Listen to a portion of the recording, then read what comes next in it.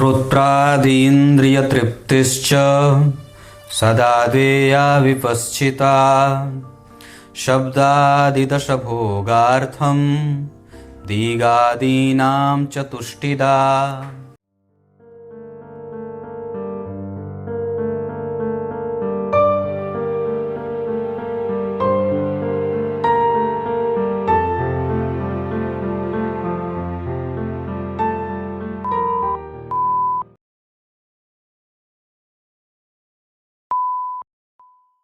प्रिय दर्शकों नमस्कार, एक बार फिर से उपस्थित हूं आप सबके सामने शुक्रवार के कार्यक्रम में जन्म कुंडली के दशम स्थान को लेकर के आज आपसे बहुत ही ठोस चर्चा लेकर के आया हूं। शुरू करते हैं आज का कार्यक्रम। कहीं नहीं जाना है, बिल्कुल बन के रहिएगा।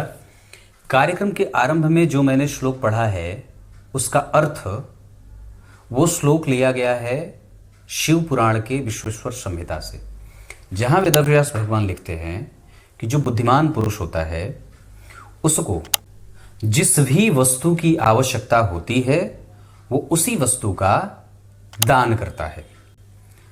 सिक्के की आवश्यकता है तो सिक्का दान करिए,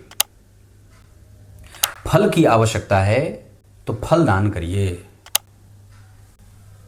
ब्राह्मण को अनाज, उड़द, सरसों, मसाला, तेल, सब्जियां, चांदी, गो, कन्या, ब्राह्मणों को कन्या मतलब कन्यादान, वो सामान्यतया मतलब ब्राह्मण को क्या देना है, कटहल, सोना चांदी, भूमि, गौ,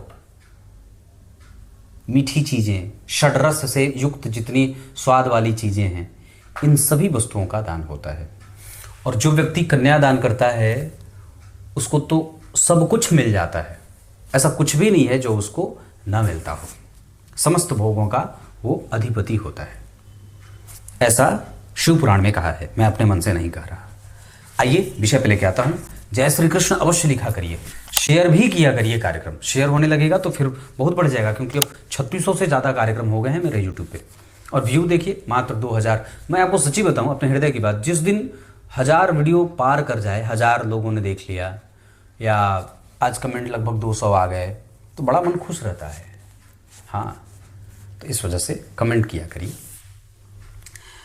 सूत्र क्या कहता है जन्म कुंडली का, कि जिस भी जातक की लग्न कुंडली का दशम भाव और दशमांशा कुंडली का दशम भाव सूर्य और शनि से दृष्ट हो या युत हो, या वहां पे सूर्य और शनि बैठे हों।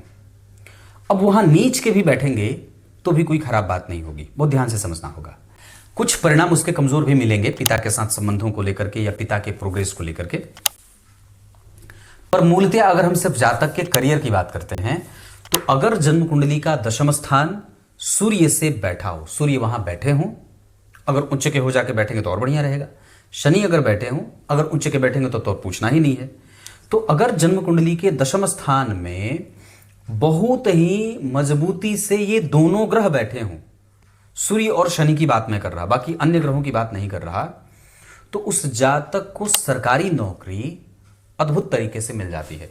यहां इतनी ही बात नहीं की कही, ग्रंथकार लिखते हैं कि अगर जन्म कुंडली के दशम स्थान में सूर्य और शनि का प्रभाव मजबूती से निकल रहा है, प्राप्त हो रहा है, तो वो व्यक्ति चाहे सरकारी नौकरी करे ना करे, वो अगर अपना व्यापार भी करता है तो भी उसका भविष्य उज्जवल रहता है। यहां पर ग्रंथकार ने कही कि अगर जन्म कुंडली का लग्नेश भी दशम स्थान में बैठ जाए, सूर्य भी दशम स्थान में बैठे हों, शनि भी अगर दशम स्थान में बैठे हों, तो वो तो पूछना ही नहीं है कि वो जातक को कितना करियर में आगे ले जाने वाला बन रहा है ना। तो उसी तरीके से आपको ये बात मैं कह रहा हूं कि अगर जन्म कुंडली का दशम भाव आपकी कुंडली में ऐसा बन रहा है तो आपको निश्चिंत होकर के बस आपको अपने आप को गतिमान बना करके रखना है। सिर्फ गति देते रहिए, अपने काम से गैप मत लीजिए। आप इतने आगे जाने वाले हैं जितनी कोई सीमा नहीं होगी। क्लियर है? ये छोटा सा कार्यक्रम था जो जन्म कुंडली के कहां देखना है, लग्न कुंडली में और दशमांशा कुंडली में।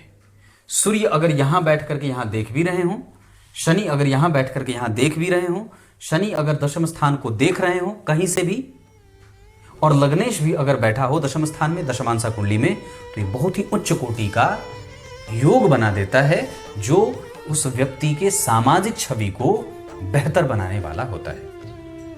कुछ इसी तरीके से आज के इस कार्यक्रम का समापन करते हैं। तब तक के लिए बहुत बहुत नमस्कार।